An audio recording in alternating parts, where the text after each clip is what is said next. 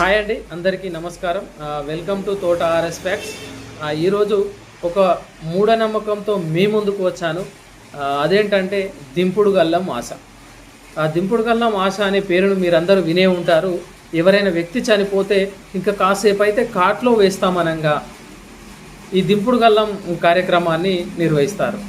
అసలు ఈ దింపుడు గల్లం ఆశ వెనుక ఉన్న ఆంతర్యం ఏమిటి, దానికి ఆ పేరు ఎలా వచ్చింది, దాని వెనుక ఉన్న వైద్యం ఏంటి, వైద్యశాస్త్రం ఏం చెబుతుంది అనే విషయాలు ఈరోజు ఈ వీడియోలో చూద్దాం.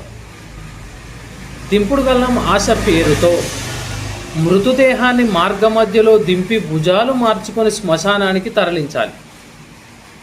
దాని వెనుక ఉన్న విశ్లేషణ ఏంటి అంటే, వైద్యశాస్త్రం అభివృద్ధి చెందని రోజుల్లో ఊపిరి పీల్చడాన్ని బట్టి, నాడి కొట్టుకోవడాన్ని బట్టి మృతిని నిర్ధారించేవారు. ఈ నాడిని మనం బ్రతికున్నామా చనిపోయామా అనేది ఈ నాడిని బట్టి నిర్ధారించేవారు. కోమాలోకి పోయిన వ్యక్తి కొద్దిసేపటికో కొన్ని రోజులకో కోమా నుండి బయటికి రావడాన్ని గమనించి ఉంటారు. అందువల్ల మరణించాడని భావించిన వ్యక్తి మృతదేహాన్ని శ్మశానానికి తీసుకెళ్లే మార్గ మధ్యలో దింపి కొస ప్రాణంతో ఉన్నాడా అనే అనుమానంతో పరిశీలించేవారు. భుజం నొప్పి తగ్గించుకోవడానికి మళ్ళీ భుజం మార్చుకునేవారు.